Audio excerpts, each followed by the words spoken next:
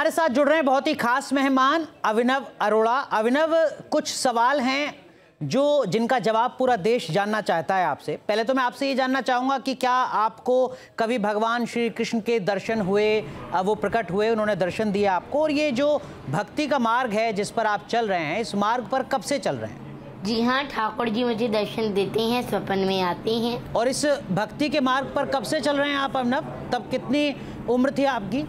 राधा रानी की कृपा से कम उम्र में ही आध्यात्मिक जागृता कर दी मुझमें। तब लगभग कितने साल के थे आप अभिनव, कुछ याद है आपको? 3-4 साल का था। तब आप 3-4 साल के थे। लेकिन आपने आध्यात्म और ये भक्ति का मार्ग ही क्यों चुना अभिनव? देखिए, राधा रानी की कृपा हुई मुझ पर कि राधा रानी ने मुझे लगन लगा दी। लेकिन अभिनव, आपकी जो उम्र है उस उम्र में रानी करवा रही और हम कर रहे हैं। ठीक है अभिनव, लेकिन जो आपकी उम्र है उस उम्र में तो बच्चे शौकिया वीडियो गेम खेलते हैं, कहीं घूमने जाते हैं, सैर सपाटे पर जाते हैं। आप मंदिर में पूजा अर्चना कर रहे हैं, भजन कर रहे हैं। कुछ अटपटा सा नहीं लगता आपको? खुद को थोड़ा अजीब सा नहीं लगता? अगर कम उम्र में भक्ति करना गुनाह है तो ये गुनाह मैं 10 बार करूंगा, 100 बार करूंगा, 1000 बार करूंगा, 1,00,000 बार करूंगा।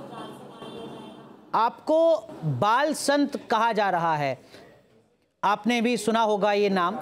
बाल संत का मतलब क्या होता है और क्या आपको लगता है कि आप इस मैं तो कहता हूँ कि मुझे बाल संत मत कहिए। जी, क्यों ना कहें आपको बाल संत? मैं तो कहता हूँ मुझे बाल संत मत कहिए। कई चैनल मुझे धर्म गुरु और बाल संत कह करके पुकार रहे हैं। मैं आपसे हाथ जोड़ के निवेदन करता हूँ, कृपया ऐसा ना करें, क्योंकि अभी तो मैं धर्म को सीखने के प्रयास में हूँ। तीर्थों के दर्शन करता हूँ, ज्ञानी संतों से मिलता हूँ, उनसे पूछता हूँ, उनसे समझता हूँ।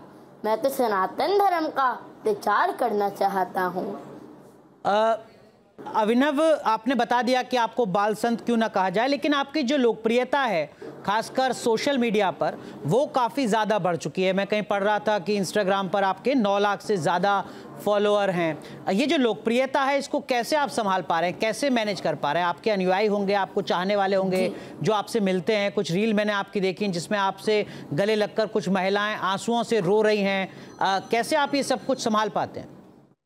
देखिए, मुझे उस समय खुशी होती है, लेकिन वो मैं कान्हा जी के चरणों में, मेरे कृष्ण जी के चरणों में समर्पित कर देता हूँ। अभिनव, एक विवाद जो हाल ही के दिनों में, मैं आपको एक कहानी के माध्यम से समझाता हूँ। जी बोलिए। एक राजा था, उसका बहुत ही प्यारा सा हाथी था।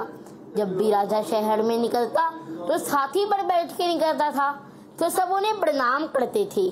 तो हाथी को भी बहुत गर्व होता था, सब मुझे प्रणाम कर रहे हैं। लेकिन एक समय आया जब राजा की मृत्यु हो गई, तो हाथी शहर में निकला तो हाथी को कोई प्रणाम ही नहीं कर रहा था, सलाम ही नहीं कर रहा था।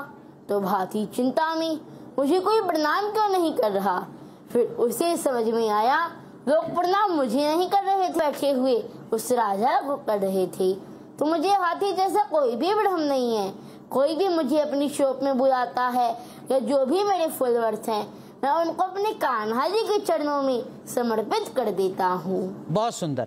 न्यूज नेशन अब व्हाट्सएप पर खबरों की ताजा अपडेट के लिए न्यूज नेशन के इस QR कोड को स्कैन करें।